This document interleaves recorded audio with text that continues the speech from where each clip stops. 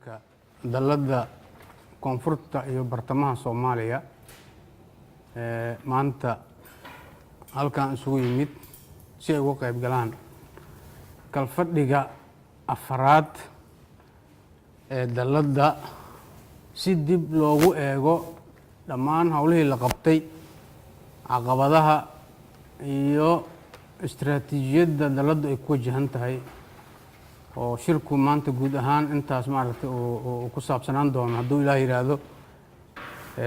Waxaan si rasmi ah u furanaynaa kalfadhigeena. Waa noo furan yahay si rasmi ah maadaama kooramku uu buuxo. Saas darteed waxaan gudagalaynaa ajendaha qof waliba ajendaha uu hor yaalaa ajendaha shirka